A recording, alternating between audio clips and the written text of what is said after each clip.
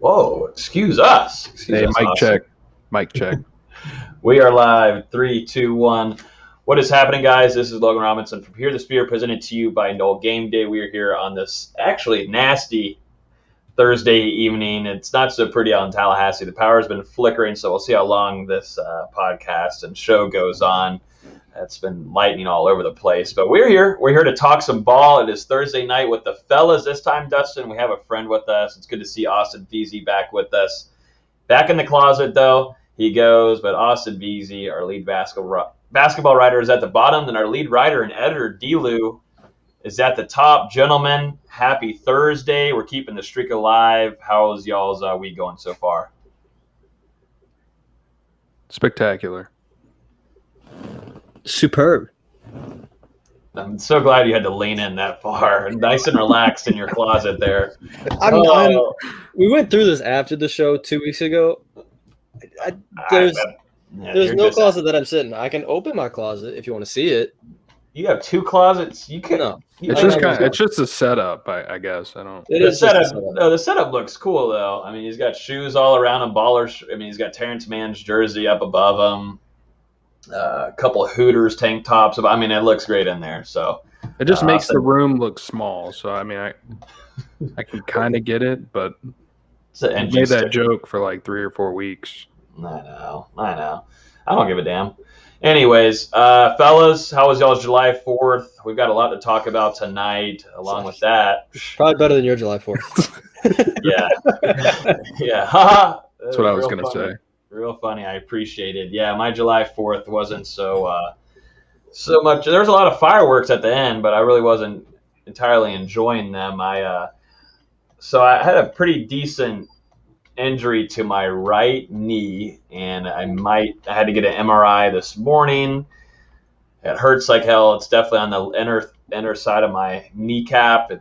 I'm thinking it's either an MCL or meniscus, or it could be both. I think the ACL is fine. What is a meniscus? Meniscus? You said meniscus. You did say meniscus. Well, I was trying to say a lot of things at once. Okay. Anyways, thank you guys for your worrisome too. I never got a call. I only had text back. Austin didn't even text me back. All these injuries, I would have called Austin. I texted you. Yeah, Dustin did. He does. Dustin does care sometimes. Figured the least I could do was respond. And didn't we text Austin a ton whenever his hip thing was going through? Like we felt bad. Probably not. I was going to say, I don't know. I don't remember. That was like 6 months ago. Actually, 7. Hold on real quick. Before we go into anything else here, we got Eric Angel with the 20 bomb. Booyah, right off the bat. What's up, fellas? 60 days till Florida State beats Notre Dame. Time to focus on this. Get well, Logan. Let's go, Nose. Hey, I appreciate it, Eric. You've been one of our day one supporters, man. So we definitely appreciate you jumping in here and showing some love. But we're gonna be fine. I'm hoping not. That if I do have to get surgery and it goes down, I hope not. Fingers crossed. But you know what? That just means more focus on school, number one, and number two, Florida State's football season. If I can even get into Doak. So you haven't really went into it, but how did this injury? How did it happen? I was going down a water slide. It's one of the most disappointing ways to tell anybody. Like if you're going to tell a chick, hey, you got to make him a better excuse. You can't say a water slide. It will set itself. It balances on the record itself. now. I mean, the left ACL was from a football game down in Gainesville. Snapped that one and rode the car ride back from Gainesville home. This is the right knee, and one's got to be a stupid one. This was a stupid one, and it's. I hope it's not the case. I hope it's a really bad sprain. But right now we're not feeling too great. But this whole podcast, man. I know we'll be all right there. I'm hanging out with you guys, so you guys make my day. You really do. Been looking forward to hanging out with you guys all week long. But anyways, let's jump into some good stuff here. Before we start, guys, you can always listen to podcasts on iTunes, Google Play, Spotify, and YouTube. If you're on YouTube right now, hit that like button. We definitely appreciate it. You can also now throw donations at the bottom. You don't have to, but we definitely appreciate it. We can bring up your questions right away too. So definitely appreciate everybody hanging out with us. Get close to football season, fellas. Like Eric said, 60 days until Florida State kicks off. That means that we're getting close to fall camp, which means the fun is only about to start. Here we go. So starting off, recruiting, we'll start off with recruiting, I think, first, Dustin. There's been quite a few new commitments for Florida State, one in the 2022 class, and also one that was inside of the 2024 class with Jordan Pride. You also, your relationship with Drell Powers, the 3-star tight end, committed to Florida State last Friday. You felt very optimistic that he was going to be picking FSU. You had a pretty good conversation with him about his commitment. Tell us a little bit more about him. 6'4", 238 out of Texas.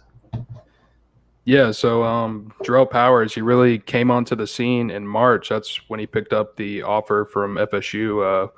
Chris Thompson offered him, and since then, I mean, things have just been building. I think right away, like in April, he went ahead and locked in the official visit for that date in June. I think it was, the 25th to the 27th or whatever. Mm-hmm. But anyway, he showed up for the official visit.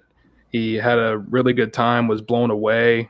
What really sold him was just sitting down with talking to the coaching staff. And he also said, like, walking into Doak Campbell Stadium at night had a big impact on him, like seeing where he would play in the future. And then, I mean, after that, he told me he committed in person, like before he left from the official visit. So the coaching staff already knew that he would be committing. And, from there, he decided to go ahead and make it official last week. And now the focus is going to be on his teammate, Jalen Early, who he's pushing to get him in the class as well. Yeah, big guy right here. I think lengthy, 6'4", 238 already. Be interested to see how Florida State and also Mike Norvell, how he likes to work his tight ends. And I still think they're looking at other guys out there. I mean, Skinner's very high on their board too, but they're looking at him as more of a hybrid wide receiver / tight end. Powers coming in here as a true tight end. And he picks Florida State over, a few other schools. Did he say which schools were kind of in the hunt right there, like his top 3? Yeah, his top 4 was FSU, Colorado, I think it was Arkansas, and Oregon State. So and he officially visited Colorado and Oregon State as well. But he said the FSU visit took it to another level. We watched a little bit of tape on him last week, D-Lou. Yeah, I think so. Yeah, and I was going to say red zone throw. That's the first thing I think of. I think there's still some things for him to work on, but initial thoughts, I mean, looking right at the tape, a red zone threat seems to be one of his top talents. Yeah, and I mean, he's really just growing into his body. I mean, about a year ago, he was 170 pounds, and now he's around 230. So he's really got that added weight to be a college tight end going into his senior season. So I think we're going to be able to see, like he told me, he likes to play bully ball. He said defensive backs don't really see a guy with his size out there. So when he's out there, he's going to go right at him. And I think he's going to have a great senior season. So I wouldn't get worried whenever you're looking at his ranking. People are like, he's not as high ranked as some of the other guys in the class, but to me, it's the same thing. We talked about Kaniah Charlton a couple weeks ago. I mean, he just hasn't really been properly evaluated to this point. He was focused on basketball really until last year. His junior season was his first time just locked in on football. And I mean, you can see it paid off. Now he's committed to Florida State. And like I said, I think he's in line to have a good season. Yeah, this is – oh, my goodness, that tackle scared me there for a second. Goodness gracious, speaking of knees. But, yeah, like you said, growing into his body, still definitely raw. But, Mike Norvell thinks very highly of his tight ends. So he's definitely going to be utilized. But you can see the size difference in this tape here. He's a big cat, kind of tall and lanky. And has some good range on him too. So I think right now, initial thoughts is a red zone kind of guy, and we'll see how he develops. And like you said, most of these guys right now, still, some of them were hindered last year with not being able to, with COVID-19 going on. They're really hindered with not having enough tape out there. Also, along with not having scouts out there and putting in ratings on them and everything, and being able to be fully evaluated. So. There's a lot of things that are going to be going on with these maybe current FSU commits that we'll see more updated recruit rankings on. And the next guy that committed to Florida State is a youngin, another youngin. He's going to join the 2024 class. That's now 3 commits in that class with Jordan Pride. He picks Florida State. Coach Woodson after him. Kind of more set as a safety than anything right now, but Florida State sees something in this young cat. Don't have a huddle film to really work with here, but kind of just, you got to talk with them a little bit, D-Lou? Yeah, we actually got to speak after he went ahead and committed. And, I mean, I knew of Jordan, I would say before he committed. I just hadn't really got a chance to interview him yet, and I did not know he was going to commit that fast. But he was a guy that made it to FSU, I think it was 4 different times in June for unofficial visits and also some of those camps. So he got a mix of being able to work out in front of the coaching staff and also being able to tour campus and do all the things that go into the visit, the photo shoots and everything. And this is a guy, right down the road from Bluntstown. I mean, that's not really too far from Tallahassee. And he said that his family and him are all really big Florida State fans.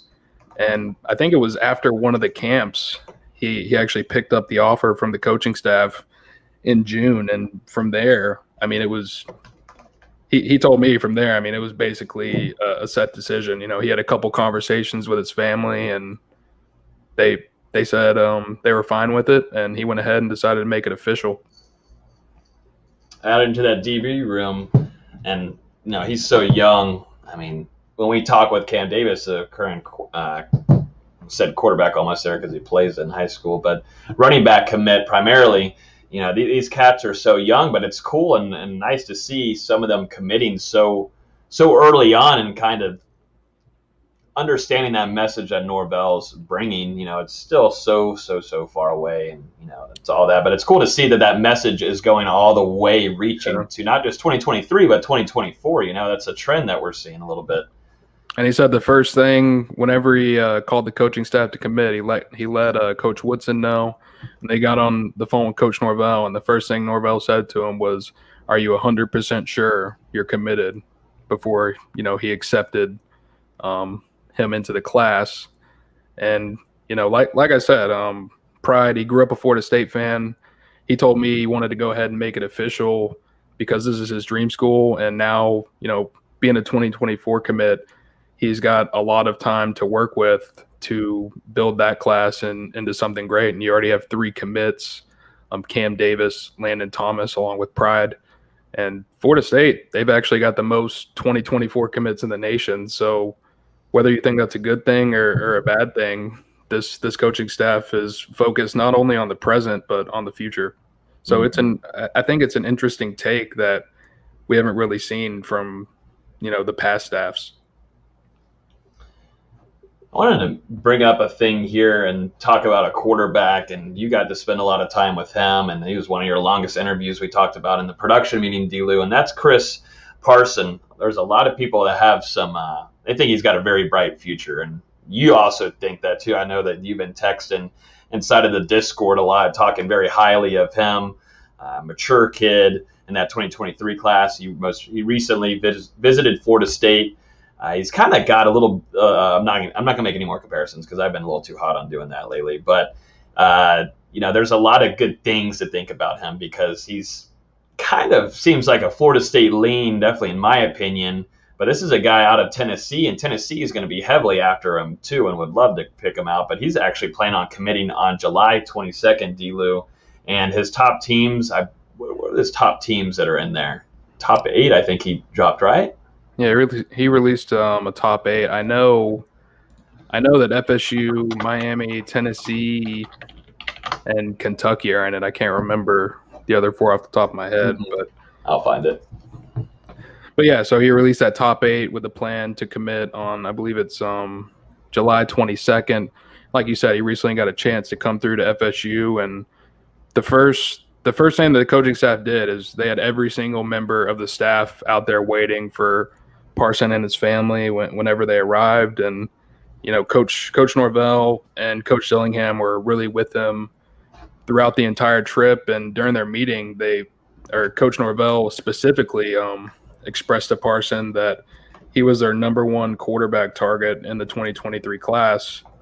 So really, it was a great visit for Parson. And this is another guy. I said about Pride, but Parson, he also grew up a Florida State fan, and he's actually related to a Seminole legend and a guy that we've had here on the podcast, Logan, and Terrell Buckley, which is something that surprised me. I believe Terrell Buckley is his cousin. Yeah, that's what we were talking about. What were we talking about, in the Discord or something? And that was like crazy to think of. Yeah. Or he's Chris Parsons' dad's cousin. So I don't know if that would make him his cousin as well. I don't know.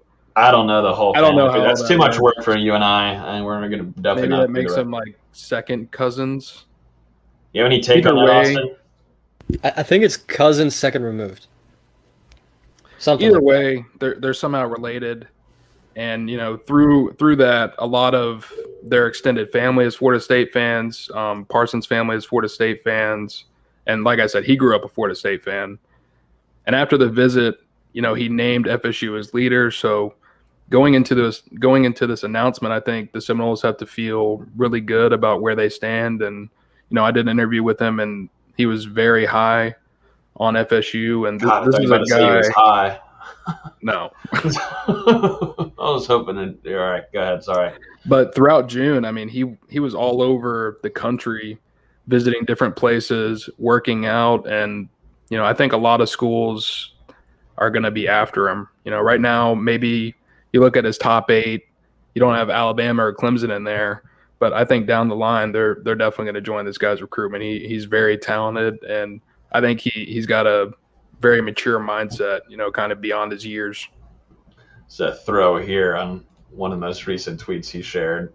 He said he's able to move his spring game highlights. Yeah, let me find that. And what was I going to mention? Oh, he just shared too, if I can get out of this full screen here. He just tweeted 1 minute ago, this commitment video is about to go crazy. Tag the guy that will be filming and editing it. But it seems like he's already working on putting together a commitment video. It depends, will it be Florida State? And it seems like it's leaning that way. I feel like his visit went very well, and we got to see the video of the whole staff greeting him, like you had mentioned before, Dulu. I mean, that's huge. If he's up there as the number one target, I mean, Florida State, we've seen it's worked out very well for them in these visits. The true interest, the actual genuine interest in these kids, you know, and being real with them is something that the staff has done a very good job at. Yeah, and I mean, you know, you look at it now, Florida State has made him a priority. They've told him he's the number one quarterback target in the 2023 class that they want. And he's also named FSU's leader. So, like I said before, I think the Seminoles have to feel really good about where they stand right now. Oh, yeah, and he grew up a Florida State fan and is related to a legendary Seminole. So I would say you feel good about where you stand. It would be kind of shocking to me at this point if he did not commit to FSU. Hopefully this is the right highlights here. I tried to find the quickest one. This ain't it. Great. Wonderful. Like, it's literally titled Spring Game Highlights. I don't know how it's not that hard. Just click on. How about you do 30,000 things at once, Dustin? How about you do that? But these look pretty dang good to me so far. This is real games. No spring games. The spring game was a real game. I call it like a jamboree. Look at him move in the pocket. Like, the thing to me is he knows how to evade pressure. He can throw on the run. He's got really good footwork for his class. Yeah, no. You gotta think, this kid, he was only a sophomore last year, so we're looking at sophomore film going into his junior year. Looks pretty good as a sophomore. He's got a good ball. He gives a good deep ball too. Can evade the pass rush there. Let's see. You know what? Huddle needs to chill with all the ads, really. We can chill with the ads. Jeez, I'm loading up the spring game highlights as we speak, but we'll watch a few more plays here. Evading. Is that a holding? Your mind? Can I say it's only a 2023 guy? I can do it for this. I said Leonard Fournette kind of build for Cam Davis, and he's a 2024 guy. This is 2023. Can I have my comparison? Yeah, what is it? Justin Fields.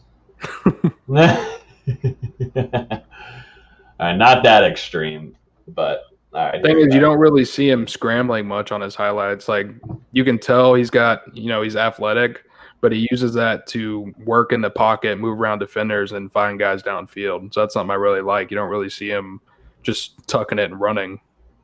He's actually looking to make the play with his arm. All right, here we go. That's the same one. There we go. It's the same one. Now we go to this one, and we go to the bottom one, because that's the right one. There we go. Oh, yeah. This is it.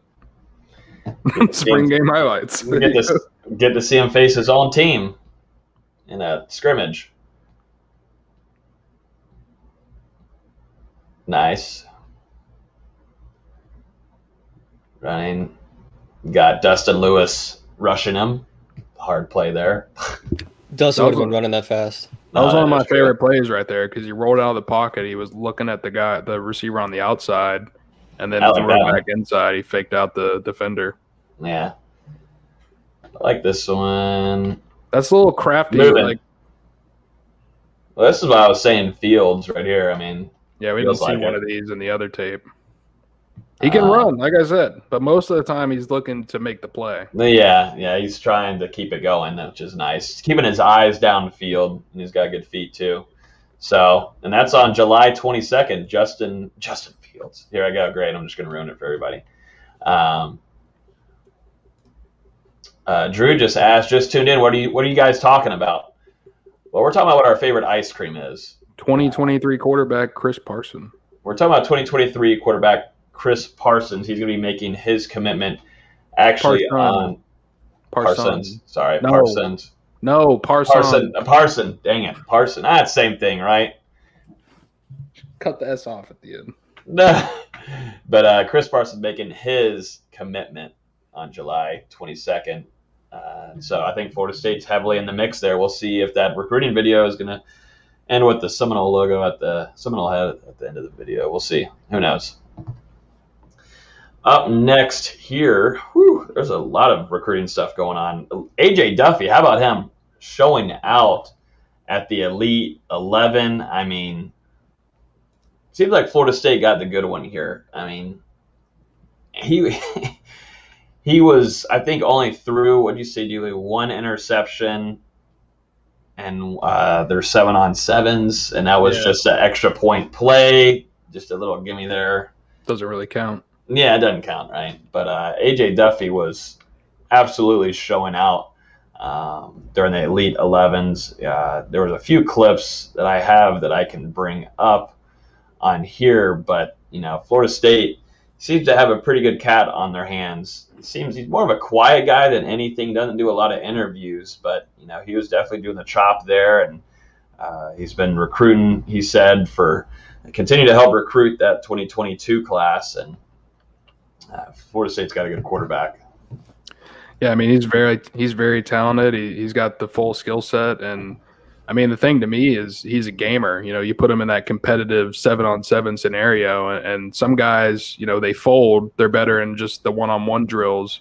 But this is a guy, you put him out there against another defense. I mean, he just goes to work. I think, I don't know the exact stat numbers, but I'm pretty sure that he had the best 7-on-7 showing out of any of the guys out there, and led his team to the championship, if I'm correct. Here's a couple of clips of him before the 7-on-7s too. He's got a nice little zip on the ball. Yeah, that's something I noticed a couple months ago too before he committed. Mm-hmm. And the Elite 11 rankings came out. I don't remember if Duffy was in the top 11 or not, and I think some people were worried about his ranking because they were like, he looks so good on 7-on-7, but this half of the ranking is based on junior film, and Duffy actually has 0 junior film because his season was canceled due to COVID. So that really impacted his ranking. I think if he would have had junior film, this is a guy you're looking at, top 5, top 3 out of the event. That's saying something. He's going to be playing some really good competition at IMG this upcoming season too. So that only gives him the kind of advantage of moving up in the rankings if people really care a lot about it. Everybody in the Twitter world does. All he needs is a mullet, and I think you already move up 5 spots in quarterback rankings, in my opinion. Yeah, I mean, based on what we saw this weekend, I wouldn't be surprised, if he holds pat with where he stands in the rankings or even gets bumped up a little bit because he looked really good out there. Mm-hmm. Yeah, no, he impressed a lot. So good showing from Florida State 2022 quarterback commit AJ Duffy. Can't say the same for Yeah, what happened to Miami's quarterback commit? How'd he do over there in the Elite 11? He was not ranked. Well, that kind of sucks. Well. That does suck. Makes me feel even worse because he's from Valdosta, which is where I was born, and he plays at Lowndes County. That's where Greg Reed, Telvin Smith. You didn't turn out to be that way. You just missed it, right? You just missed it. Well, I only lived there for 2 weeks because I was a baby, but excuses. I didn't get the full experience, or else I would have gone D1. Nah. Like eating Whataburger. They don't have that in Valdosta, so damn it. I mean, think about it. Zaxby's, then it's got to be Zaxby's. Or cookout. Surely they have a cookout there.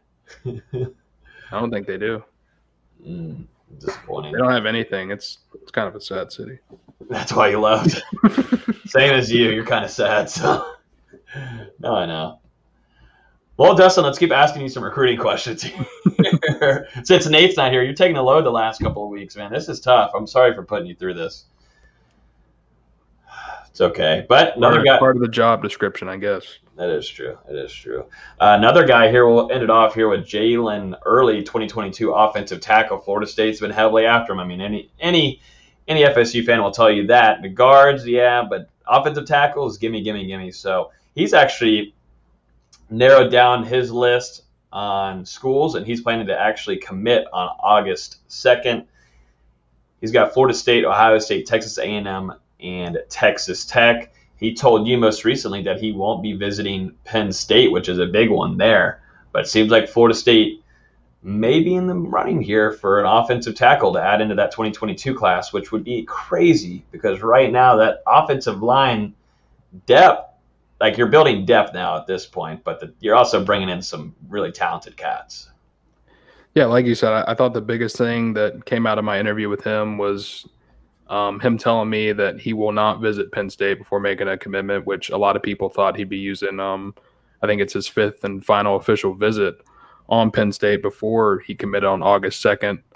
And, that means going into the announcement, Florida State, they're going to have had the last official visit. And, I mean, he's the guy I mentioned with Jarrell Powers, their teammates, and Powers has been heavily on him. I've got this quote, if I can find the right article. I believe in you. Pull up. But I've got this quote from Powers talking about recruiting Jalen Early to join him. And he said, I do plan on recruiting after I commit. The main person I'm focused on is my teammate, Jalen Early. He commits on August 2nd. Just know I'm working on him, so don't be surprised if he becomes a Seminole. Mm-hmm. So he's working on him, and whenever I mentioned that to Jalen Early in the interview, I mean, he laughed his head off for a second. He's like, yeah, it's true, but he just thought it was funny. But at this point, I definitely feel like Florida State has the edge. It's going to be huge this month for that communication to continue and just keep working on him to secure that August decision because he's very talented. And it really helps, I think, like I've already said a couple times, but it really helps having Powers already committed and they were on the official visit together. They both got to experience FSU for the first time together. I think that kind of relationship pays off in the end. Absolutely. Coach Atkins and what Norvell is doing, and Thomason's also on him too, correct? What? Thomason too, and he's been on a streak too of landing some of his targets. 326.4. Yeah, Norvell, Coach Atkins, and I believe Chris Thompson, they've all had some contact. I mean, Chris Thompson, you look at Jalen Early as well as Powers, they're both from Texas. That's where Chris Thompson was born. That's where he has a lot of his coaching experience. So he's able to connect with a lot of these guys from that area very well because he's already familiar with it. Some big-time, gigantic offer list here. Alabama, LSU, Georgia, Oklahoma. Yeah. This is Ohio State. It's a very highly sought-after guy, and really, it seems like the top three are probably FSU, Ohio State, and Texas Tech at this point. D-Lou, I have a neighbor from back home. Drew Collins says, Dustin, I'm originally from Thomasville, Georgia. That's about 30 minutes west of Valdosta. Hometown of the great Charlie Ward. I always think about Charlie Ward when I'm going through Thomasville. It's a good city to be from. Yeah, it is. It's produced some crazy good talent out of there, too. There's some talent Florida State wants from there right now. What'd they do? What happened to you? Well, I'm here. I'm providing my talent for this podcast. That is right. That is correct. You're spot on. Florida State couldn't handle it. Yeah. But, yeah, no. So we'll keep a close eye on this one because that's on August 2nd. So you're looking at Parson. Sorry, I'm not going to say Parsons anymore. Chris Parson on the 22nd, 2023 quarterback. And then you've also got Jalen Early, big-time offensive line potential commit that could be coming in Florida State's favor. So, and you've also got Daughtry Richardson on, I want to say July 25th, but it could be 26th. It's one or the other. And then also 2022 running back Jalen Glover could commit in that late July, early August timeline as well. So there's some decisions still coming up. We'll see how many go in Florida State's favor. Mm-hmm. Florida State is currently ranked as a number 5 team in the country per 247 Sports, so still hanging around in that top 10 and still hanging on tight in that top 5, but it could get a little bit better here. Definitely looking at, like you said, look at Richardson, you look at Early, it keeps building that 2022 class, and it's crazy to think that you're going to start looking at the positions, like the position with the most commits, you're looking at the dang offensive line. I can't tell you the last time that's happened. I really can. It's pretty big to see, in my opinion, building those trenches. Yeah, I think I said it last week. I haven't been covering recruiting for that long, but I would say since I've been watching Florida State and covering recruiting, I haven't really seen anything like this for them, especially on the offensive line. So to get out to such a good start, and especially if you land Daughtry Richardson and Jalen Early, and you're already up to 6 commits on the offensive line, and you're swinging after a big fish like Elijah Pritchett or Julian Armella. It's just a fantastic head start. And, this momentum, Florida State has got to carry it onto the football field and perform. That's what's going to be the thing that keeps this class together. Mm-hmm. Yep, going into the start of the season, and the biggest thing is you can't look sad against Wake Forest, in my opinion.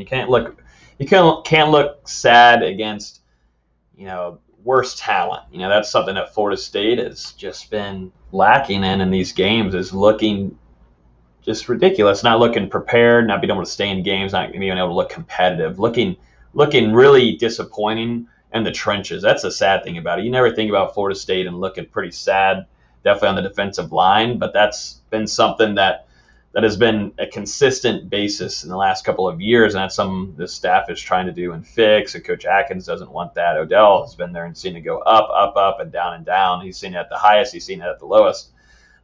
Even from his personal days playing at Florida State, he just knows how that's ran up there in the trenches. And Mike Norvell is, after this, and it goes to show someone that, immediately is trying to build depth in places of need, and you got to have it. And it's not even depth at this point. It's not just like players just to get them in, and even if their stars are great or anything, but it's building some really talented guys, some guys that they did their homework on, and it's good for the locker room, and it's going to help also recruit, because you see a lot of these guys that committed to Florida State, they're also helping out with the staff recruiting, coming in on these visits while they're already committed, and sitting down and hanging out with these guys and spending the whole weekend there. If you think about Travis Hunter, this cat's there for almost a week, 2 weeks sometimes. So it's good. It's good momentum that Florida State is continuing to have. It's not just like momentum they had last month. It's heading into July, which I think is interesting thing, and it's a good thing to look at for the Seminoles. Real quick on the offensive line thing, like just how many commits they have right now. I was thinking about the 2011 class, Los's class, and that was another huge offensive line class. I mean, you had Bobby Hart, Jordan Presswood, who I don't think ever played for us, but Farrenkrug, Jose Matias, Newberry, who ended up switching sides. Some guys further down the list, Reuben Carter, Lovelady, Austin Barron. I mean, I think they took 9 offensive line commits, but it shored up the offensive line for the next 3 years. I mean, when you talk about Matias, Bobby Hart, etc. Hopefully it has the same impact going forward, because we've been talking about it for the last decade. Florida State's offensive line has just been terrible. Yeah, I think they would take 7 max. There's no way they're getting up to 9. That would be crazy. Who knows? Could shock you, D'Lo. It's crazy. We look back at it and see how just god awful Florida State's offensive line play has been, and some of it starts with the Jimbo and Trickett, and then it trickles down to what when Jimbo's leaving. You ruin those relationships that for offensive line guys that you got to kind of build it. Those are some big boys. You got to build those relationships in order to keep them. Jimbo dips, you got Willie coming in, you got Clements. That just doesn't seem like it's working out too well. Just having players in there that shouldn't have been playing snaps whatsoever, and there wasn't even any progress happening. Like that whole kind of last little stint of Jimbo, and then you've got Willie coming in and just degraded it. And that's the number one thing that ESPN and College Game Day will talk about. That's all Herbstreit's going to say, because he hasn't really watched FSU a ton since they've been down. But he's just going to say, well, she's not wrong, but the offensive line is horrid, and the play's been horrid, and you just got to hope. There was progression, I think, last year, but you're also working with a quarterback that was running quite a bit. He was kind of immediately trying to evade pressure in some times of games, and some, that was a terrible way to say it, in some parts of the games. But that's why that offensive line might have looked a little bit better, but. Well, I mean, you got to think, like, this is the first time in a long time that Florida State has went into the offseason with the same offensive line coach. Could you think? I mean, in 2017, you had Rick Trickett. 2018, you had Greg Fry. 2019, you had Clements. And then last year, you had Atkins. This is the first time since, 2017 that you're actually having that stability at this position, and you're going to have the same guy 2 years in a row. So that can only help pay off. You're not just churning through a different guy every year. Yeah, and that like you mentioned though, D'Lo, it also recruiting wise, I mean that's going to be huge success, because Atkins is really one of his best tactics is working relationships and being genuine. We've talked about it a ton on this podcast, and being real with you and saying that effing blue, I need you to do better. Or even if you're down and hurt, maybe he'll still give you, hey, you shouldn't have done that. But he's a real guy. I wish someday we could kind of share that story. But he's not only even as a recruit, but once you get on campus, and he's gonna keep it real with you. And that's exactly what these cats want. That's what they want. Hopefully, we're getting over the age where you have to be sweet to them all the time. I hate that. I hate that in football. This is a sport. This is not tennis. This isn't racquetball. This isn't. I'm not going to say anything else, or I'll get canceled. This isn't soccer or whatever you want to call it. This is football. You're supposed to be mean, definitely for big boys up front. You need to get cussed out. You need to man up and get your stuff straight. And that's what this offensive line deserves right now. We got to get the act together. Let's see here. On to the next topic here. Speaking about offensive line cat. Well, first of all, before we jump out of recruiting real quick, Travis Hunter. I mean, can I just go ahead and share some highlights with you guys? He was at a 7-on-7 tournament. He was actually playing for Cam Newton's 7-on-7 team this past weekend. He was in the AT&T Stadium, just showing out. But he just continuously has highlights that I get to share on our Instagram all the time. I believe he was playing with Jaleel Skinner. I think he's been playing the last couple of weeks. I think they've been on the same team for a while now, because people have been telling me it's not really even fair. They've got a really good relationship. So here he is, and give me the ball right over your head. think there's another clip somewhere. I don't know if I'll be able to find it in time, but he absolutely just mosses the kid in the corner of the end zone, and the kid kind of tries to come back and talk to him. He might have told him to shut the f up. And this is good competition, people. I mean, you don't just go to all these tournaments like this. Well, you don't just get to play in the Dallas Cowboys stadium. That's what I'm saying.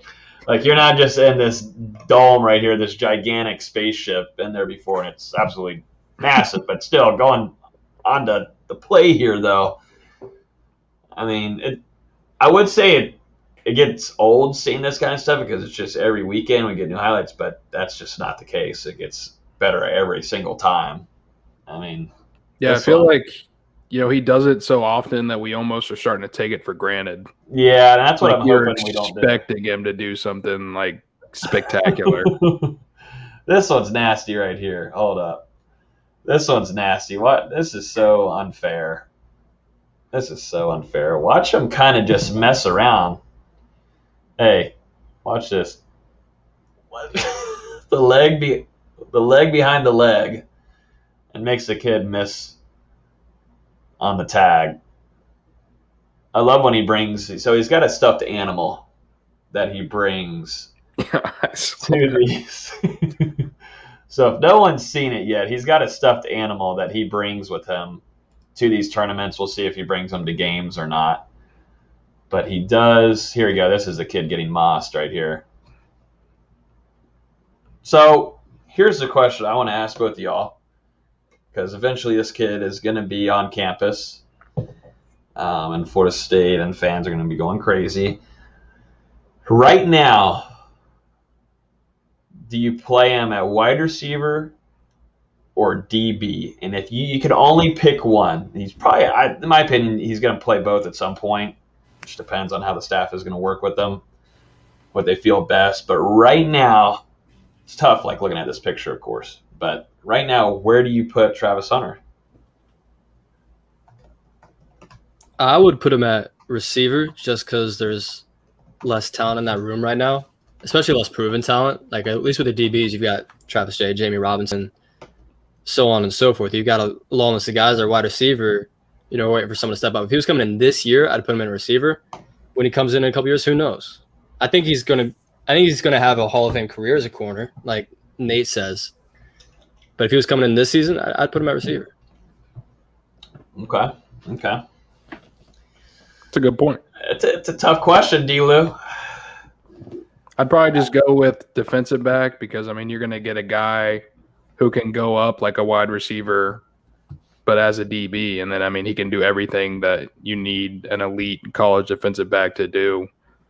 And, I mean, you already said it, Logan, but, I mean, this is a guy – he's probably going to start at corner, and then he's going to get snaps at wide receiver and be able to contribute on offense. And, it's everything that we're seeing is leading up to him, probably having a knockout college career. I don't want to say it's a slam dunk, but, I mean, he does some crazy stuff. Look at this. Have you seen him dancing right here? Wait a second. Here you go. You'll like it. A little bit of little Michael Jackson. Come on, man. A little Michael Jackson. He's going to be a guy that's going to take huge advantage of the NIL stuff too. Oh my God. Yeah. No. When he gets to college, he's going to have his own brand. Yeah, he's going. If they get to the point where they can sell jerseys, his is going to fly. Because he's just that name. He's just that guy. Yeah. That he's going to really take advantage of that stuff. He's created a whole trend for a lot of the guys doing recruiting visits across the country and them doing this same pose called the Trav. It's awesome. It's just a generational talent. I'm like looking back, you look back at Derwin James, you look at it a little bit with Jalen Ramsey. This guy's on a different level. It's obvious he's on a different level. It's just consistency. If there's pads on, if there's not pads on, what kind of competition he's facing. It doesn't really matter about who it is. he's going to dominate you. He likes to talk trash. He likes to have a good time. He has a stuffed animal that he brings to his games, and you would think, this kid's got a friggin' stuffed animal. I'm going to work him all day long. No, it's going to be the complete opposite, and he's probably going to score 3 touchdowns on you or pick you off. I mean, it's fun, and you like seeing this kind of energy. It kind of brings back that FSU swag kind of mentality. Bring back those vibes. I mean, here he is with pads on, just looking back at everybody. Yeah. So I mean, he's a flashy guy, but he backs it up, so can't really say much about it. It's not like Juju. Juju. Oh. Whoa. What you talking about? All those TikTok dances. He's in the NFL. Dancing on people's logos and getting his head ripped off. I mean. Yeah, I wish. I'm saying though, Travis Hunter, he backs it up. There we go. We got to get the name of this. We need to get that stuffed animal on the pod. And then maybe we'll get then we get our interview, as long as we get the stuffed animal on. But other than that, little Travis Hunter talk, always good to do without Nate here. He just salivates at Travis Hunter. He's never here to talk about him, so oh well. There's a question on here, D-Lou. We talked about it a while back, but Kamari Wilson, 2022 5-star safety from IMG, most recently put FSU in his top list. Seems like it's a Georgia bound. You can just kind of quickly answer this again, but it doesn't seem like Florida State right now is going to have anything to do with this unless Florida State goes on a crazy run this upcoming season. Yeah, I mean, he visited FSU, and the coaching staff is doing what they can to make themselves a player in his recruitment, but I really think that he's just fallen in love with Georgia, and I would say right now that's where he's going to end up. Nothing is ever a done deal, and maybe Florida State can somehow flip the tide of this recruitment, but with where it's at right now, I don't see it happening. Another question here from our guy Mendoza, always in here. Appreciate him. What can y'all tell me about Anthony Lucas and Daniel Martin? So Lucas is the DT out of Arizona, and he was on campus last month as well for an unofficial visit. And I don't know if he has a decision timeline that has come out yet, but I believe he's a guy that's going to wait until later down the line. So this is really just one where you want to see Florida State hopefully somehow get him in for an official visit or another unofficial during the fall to check out a game. And it's the same thing with Daniel Martin right now.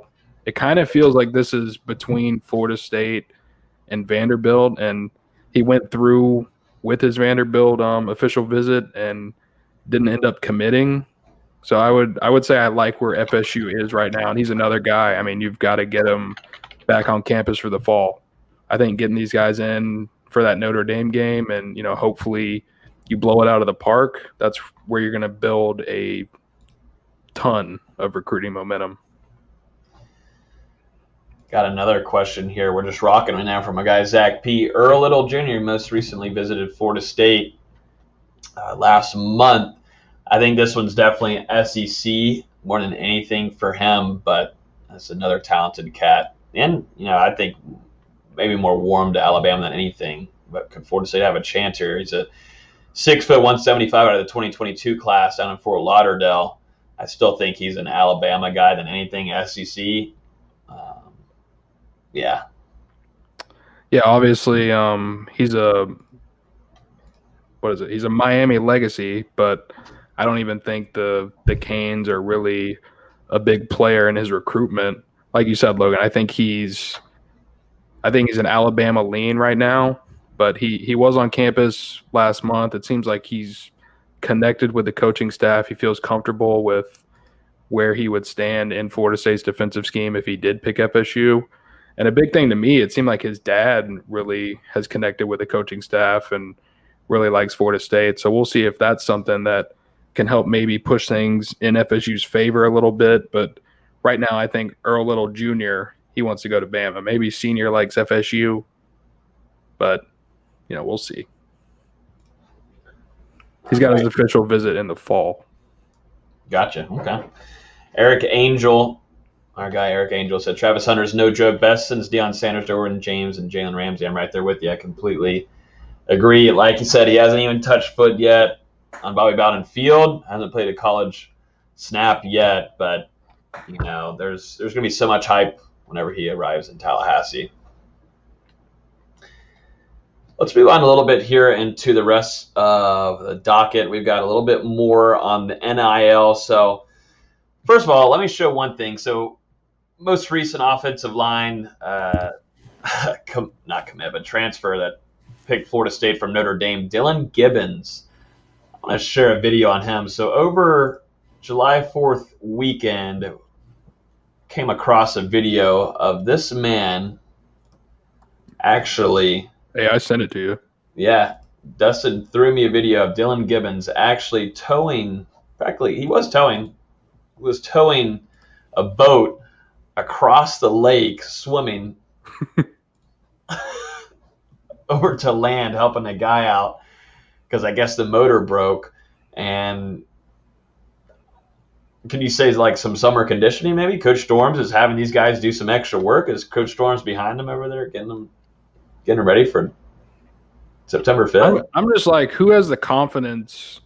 This guy's like, yeah, my boat broke down. Who has the confidence to say, okay, wrap a chain around my neck, I'll drag it across the lake? I don't know. Desperate times for desperate measures. Maybe it's getting dark there. The video looks like it's maybe getting to evening time. I'd call a mechanic for the guy. There's no way I'd be doing this. Oh, yeah. Yeah, but you're also not as strong as Dylan Gibbons. Yeah. You're weak. That's what I'm saying. No rebuttal. No rebuttal there.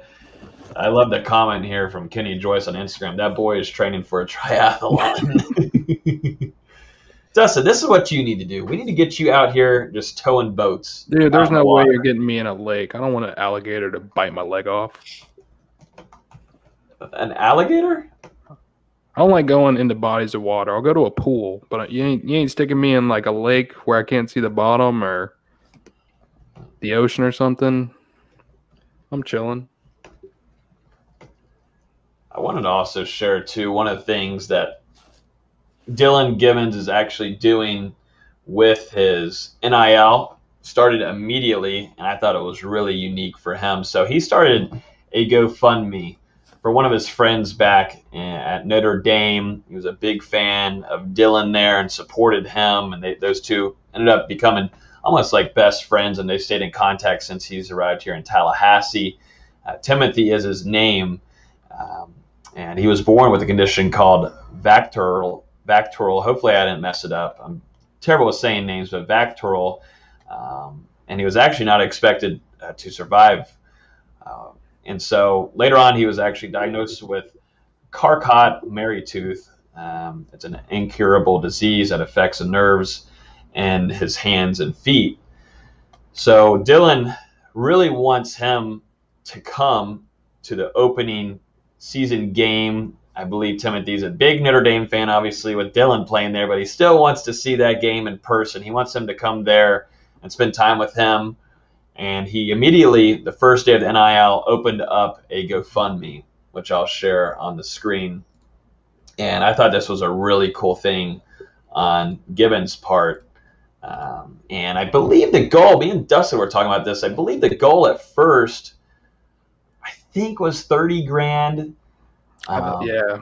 I think it was around there, if not even lower. But the most impressive thing, it doesn't really matter now. I mean, Dylan has been able to raise $45,000. The goal has now been moved to $75,000. This is absolutely awesome to see the advantage. This is one of the cool things about NIL that players like this can take advantage of. Whenever Janarius Robinson, that had to be approved through the NCAA, and I'm sure there was a lot of discussions and trying to figure out how that was going to work.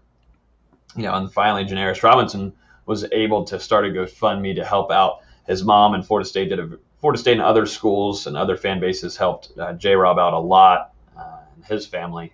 But in this certain situation right here, I thought this was a really cool move by Gibbons, and shows what a great guy he is, and that's what not only just for football, but a guy that you're going to have in the locker room like this is awesome to see.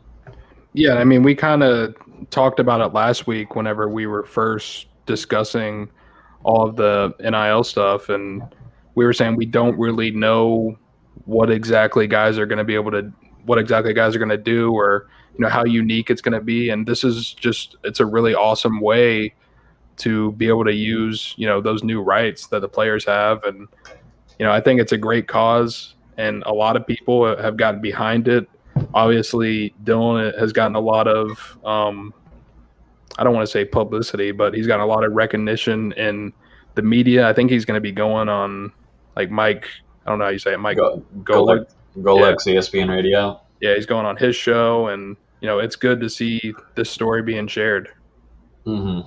I think it's such a class act, and it's good to see this guy right here representing Florida State, and I can't wait to have actually Timothy be able to come to Tallahassee. He's going to be inside Doak Campbell Stadium. They've reached the goal, and they're raising even more to help him out. But to have him come and be inside the stadium and be there for September for the Sunday night game, loud as it's going to be craziness there for him, and he gets to come enjoy it and watch his favorite player. I think it's just so awesome to see. That's a college game day piece right there.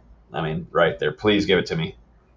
I want to cry. Yeah, and I mean, at this point, they've already, I believe, hit their goal for the travel and everything to the game, and now the rest of the funds that are being raised will just go to helping pay for Timothy's medical bills. Mm-hmm. Yeah. So that should help, some of the financial burden that maybe the family has. Yeah, and it seemed like a really awesome cause. Yeah, and it seemed like Florida State fans, they always do a fantastic job when it comes to things like this. But it was cool to see the Notre Dame family come in here, and both fan bases work on something like this. And I can't wait. I'm looking forward to having him come in town and enjoy the weekend in Tallahassee and enjoy. It's gonna be a good time. So really cool story there for Gibbons and Timothy. I think we're kind of nearing the end here. We've got some basketball stuff. We got VZ back with us. We didn't get to talk a lot of basketball last week, not a ton. But right now, I just saw a clip earlier of Patrick Williams, our guy Pat, he was a Spear alum. He was out there working out and having some practice with the USA team, getting ready for the Olympics. Yeah, he's part of USA Select Team, which for those that don't know, it's like Team USA will bring a whole bunch of young guys in to practice against the main USA squad. Get some reps, get some practice. There's clips of Kyrie torching people as a part of the USA Select Team when he was a rookie. And now Pat's getting this experience. It's going to be huge for him. Going against, Bradley Beal, Jason Tatum, all these guys day after day. It's only going to make him get better. And you can already tell there's a lot of support for him around the league. Guys really like his game, really like his work ethic.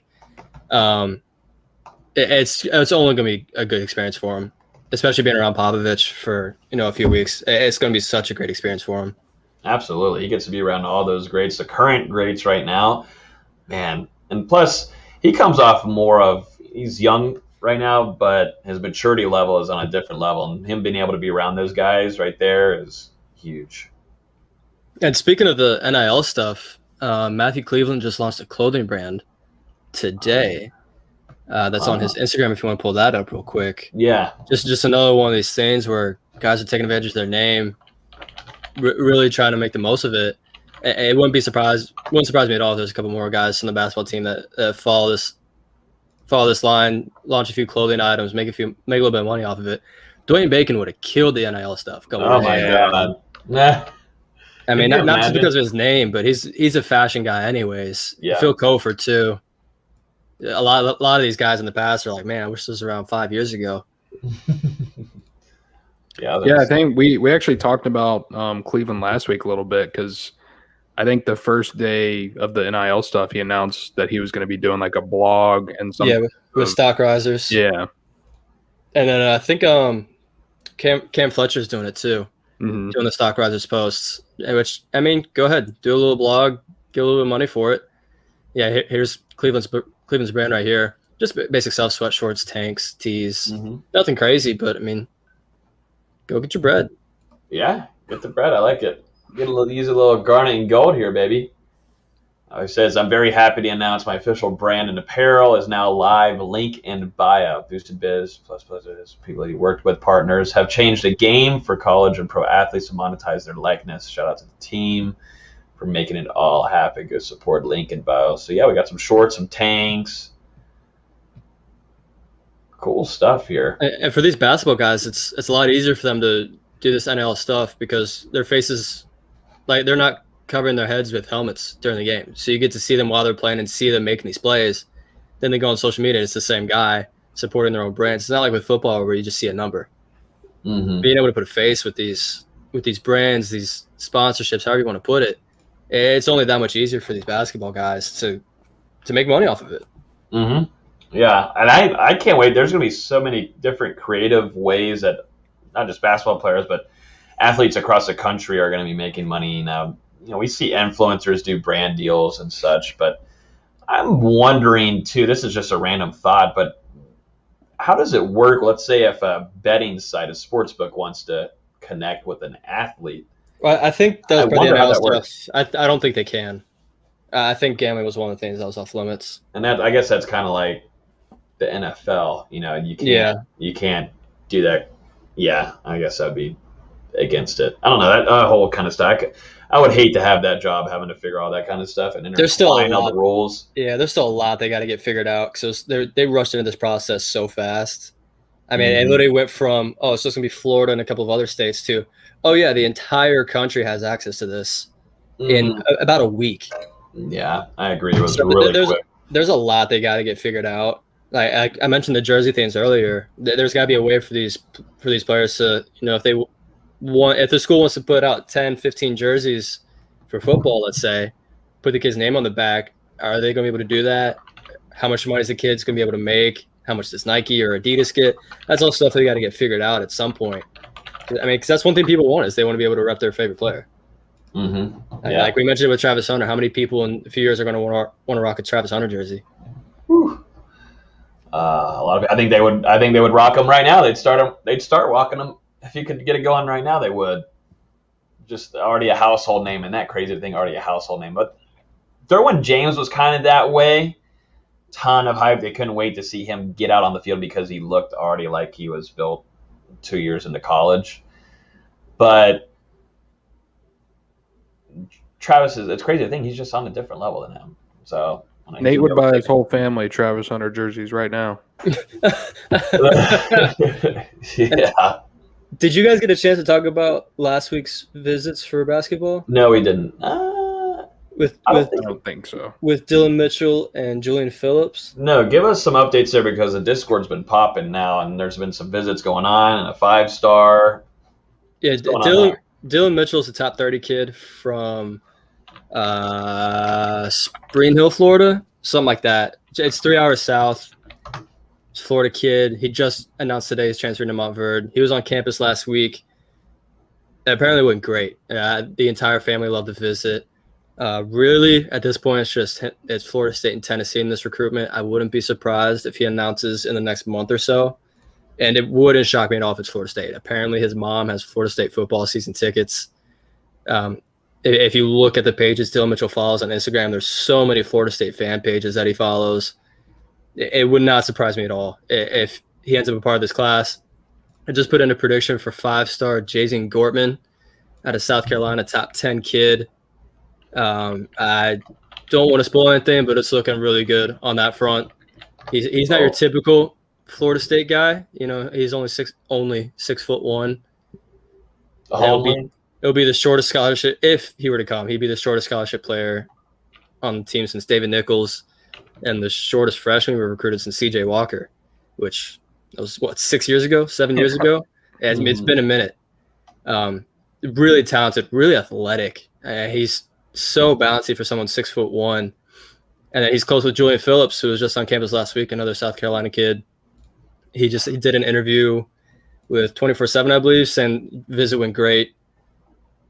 Florida State's been able to get some names on campus recently. I know it's not transfers that everyone's wanting. It's not the Kofi Coburns or Musa Chises or whoever, but they're bringing some talent in this 2022 class. I mean, you talk about Jason Gorman, top 15. Jason Gorman, top 15. Julian Phillips, top 50. Dylan Mitchell top 30. I think Mitchell ends up being a 5-star before it's all said and done because he's been killing it on the circuit this summer. He just killed Mikey Williams' team by I think 30. Woo. He's really hooping this summer. You land Gorman, you land Mitchell. Both of them should be announcing hopefully in the next month or so. You're looking really good for 2022. I know Dariq Whitehead is probably leaning towards Duke now, but if you make up for it with Gorman and Mitchell, you're not hanging your head at all. I was just thinking this for a guy that not is so in depth with basketball recruiting, but what is something like, what are the camps that a lot of these guys go to? Because for me, I think about, obviously, for quarterbacks, I think Elite 11, then you got the opening. You've also got all these rivals, the 247 camps. But what is something on the basketball side of things where these guys go get their scouting on and everything? With basketball, it's all AAU. I mean, they're going to EYBL circuits, and Adidas has their own stuff. They're just doing these certain tournaments, and whether it's Miami, Atlanta, Indianapolis, wherever. And that's where all the scouts are going to be. If you're not on one of these teams getting recognized, you're not going to get those big rankings. And that's big for these guys. They do this AAU stuff, and that's really where they blow up because that's where you see the tapes come from. That's where you see, Overtime will post stuff. That's where they'll blow up. It's not like with football where, they have these 7-on-7 things. They're out there playing real basketball. Mm-hmm. Gotcha. Thank you. So Florida State 2022, Leonard Hamilton. They're working. They're trying to work. Hey, well, they've been doing a good job. Let's not give them. For sure. They've been doing this thing for the last couple of years. It's just that football is trying to catch up a little bit, and they're doing a good job. But it's fun to see both places. People are quick to forget they're the number 2 class for 2021. Yeah, between Cleveland, Worley, all these guys, and 2022 is not going to be far behind. Yeah, how is any updates or anything that you've heard on Worley and also Cleveland and also the other guys in that class, Butler too? Because we've seen a couple of pictures of them the last couple of weeks practicing a little bit. Right now they're just going through summer workouts, so they're really only practicing about 2 hours a week. So right now they're just getting the basic fundamentals of Florida State's offense, where they're going to be shooting from, whether it's the corner on the wing, where to drive in the offense, how to run the pick and roll in Florida State's offense. They're learning these certain things right now. That's what summer's about, learning the basics of the defense, what Coach Jones will call the shell of the defense. That's what they're working on right now. It's not going to be anything too crazy. Obviously, it's going to be all high praise for right now, but once they get to fall and fall camp starts picking up, you'll hear a lot more stuff about these guys. Absolutely. I want to bring up something here before we get off that I thought was really interesting. Our Instagram was discussing it quite a bit over the last 24 hours. If this will come up. Oh, here we go. But this was a pretty interesting list I saw. Well, that's not it. That's not it. Hold up. But there was a list from CBS that ranked Mike Norvell. So this was a 2021 ACC coach rankings heading into the season.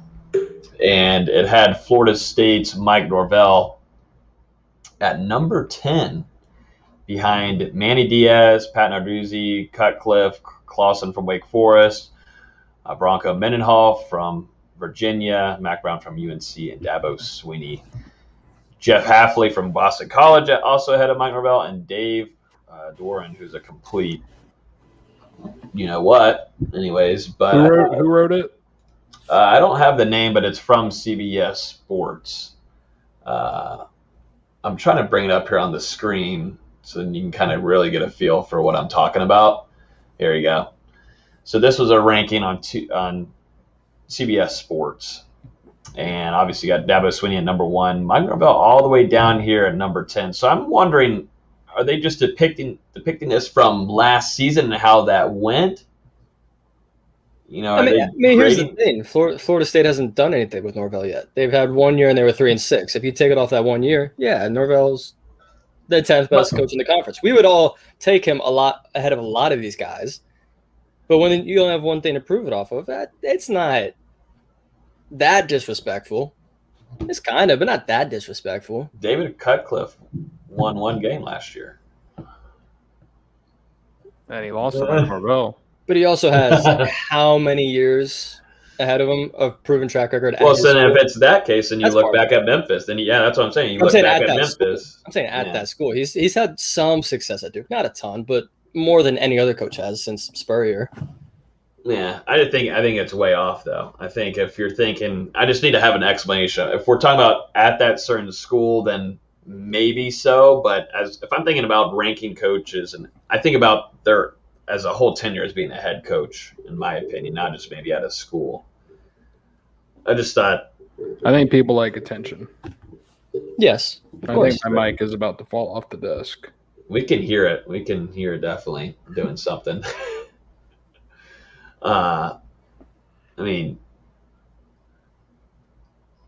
I don't know. But I thought it was pretty interesting. It's definitely got to be just from how they've done so far and how their whole tenure at these schools. That's got to be what it is. If it's like their whole coaching career, then I definitely have a problem with it because Mike Norvell shouldn't be that low whatsoever. It also shows you how bad the conference has been the last 10 years if Dave Clawson is fourth. Yeah. Like and Bronco Mendenhall is third when they've had a good season and a half. Yeah, I was about to say they had that, and then that kind of fell off after they lost. I forget his dadgum name, but quarterback. That was. I know who you're talking about. Like they had a couple guys between Andrew Brown at D line and what was that safety's name? They had Bryce Hall. They had a couple good guys. Yeah. What up, my boy Durham? What's up, man? Appreciate you watching in. But yeah, just thought that was pretty interesting to kind of end this off. There's a few questions on here that I want to get to whenever we get a little bit closer, Eric. When we get closer to football season, because we're going to be giving a full preview on a lot of these things with position groups. We've got a lot to go through the next couple of weeks. Now we're kind of getting to the weeks part before we start previewing some games and even these position groups. Who's going to be starting at quarterback? What does your starting wide receiver unit look like? Who's starting at DB? Who's your two starting corners? The D-line unit. There's so much stuff we're about to be jumping into, so I want to wait until we get into that and save that for a couple episodes ahead. But gentlemen, is there anything else that you guys want to bring up or talk about? I think that's practically it. Yeah, someone asked earlier if any of us will be at the FSU Wake Forest game this fall. I will be. I don't know if either of these two guys will be, but I live 30 minutes from Wake Forest, so I will be there. I don't know if I'll be making it there. I got to see if I have two legs. Me and Logan are going to the Boston College game. We are? Thanks for the invite. I just got told this, so I'd love to go to a Boston College game. They are fun. Fly up there. It's for my bachelor party. Just sell a couple more shoes. When is it? November 23rd, maybe. I don't know. Are you flicking that mic thing over there? Because we're hearing like a. Yeah, no. Yeah. I'm sorry. You're pulling a Nate. I could do that and then fly to Indianapolis. Oh no, that's the next week. I'm about to say go to FSU Purdue basketball game the next week, but it's too far. You're just going crazy now. I am. I really am. I'll be in Atlanta early that month for a concert. Just getting crazy on us now, man. Yeah, this fall's gonna be fun. It is. We're back to normal. That's the biggest thing. Back to normal. Thank God. Woo, thank God. But yeah, definitely appreciate everyone that's listening to us. We really, really do. And we thank you guys a ton. It's crazy to think that y'all listen to us, and definitely for this long, for about an hour and a half. But really thankful for you guys. As always, you can listen to this podcast and show on iTunes, Google Play, Spotify, and YouTube. If you're on YouTube, definitely appreciate if you hit that subscribe button and hit that like button on the video below. We'll be back here on Thursday night, hoping to have some guests start kind of trickling in here once we get closer to football season. But we're going to try to get a guest lineup to get you guys prepared for the football and NFL, and maybe to get some NBA guys in here. You never know. I'm trying to think ahead a little bit, but think highly. I'd love to have Terrence Mann back on, or Pat, to talk about. Pat would be really cool. Both of them I'd kill to have back on. What can I say? But after a phenomenal season from Mann, and then you've also got Patrick Williams also having a really good season too as a rookie, and then he's now working out with the Olympic squad. So got some cool stuff that we're going to start working on to bring in onto the show. But yeah, everybody enjoy the rest of y'all's week. Enjoy the weekend, and we will talk to you guys next week on Hear the Spear. Peace.